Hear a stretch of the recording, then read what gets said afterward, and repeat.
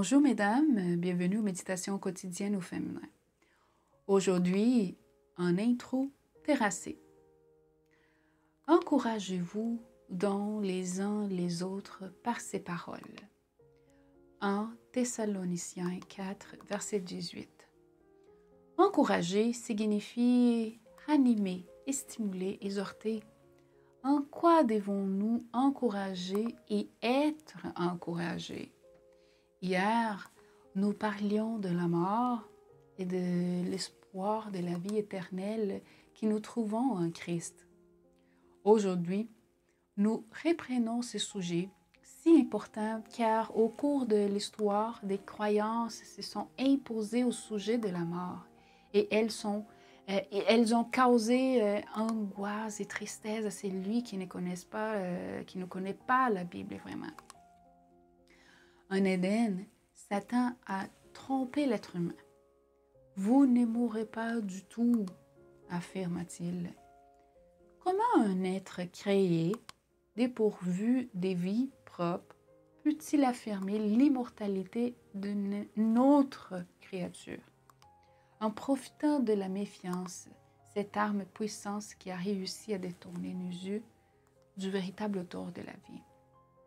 Ève se méfia de Dieu et succomba à la tromperie du serpent. Elle ne savait pas ce qu'était la mort, mais elle connaissait la vie.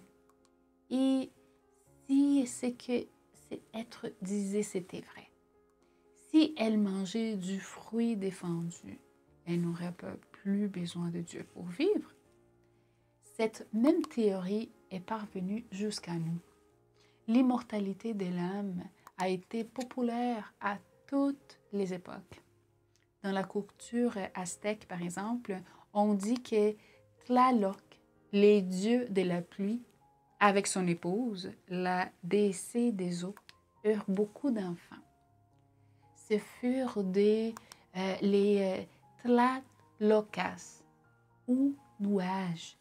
Cette famille vivait dans un paradis où quelques êtres jouissaient de l'immortalité et d'un bonheur éternel. La croyance en la célébration des messes pour améliorer la situation des morts est commune dans le monde chrétien. Les médiums gagnent des grosses sommes d'argent pour arranger des rencontres entre des vivants et des morts. Notre monde continue à succomber aux premiers messages de l'ennemi de Dieu. Nous devons nous encourager entre les uns et les autres. Nous devons devenir des messagers de la vérité sur la vie. Nous devrons proclamer à voix haute qu'il y a à vie, oui, mais seulement en Jésus-Christ. Au cours de ton cheminement, en ce monde où tu es constamment exposé à la mort, assure-toi que Jésus, l'auteur de la vie, est à ton côté.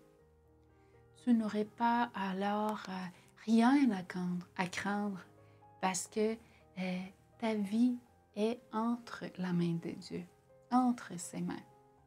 Quand la mort aura été vaincue par la présence permanente du Christ, nous serons immortels. Bonne journée dans le Seigneur et à demain.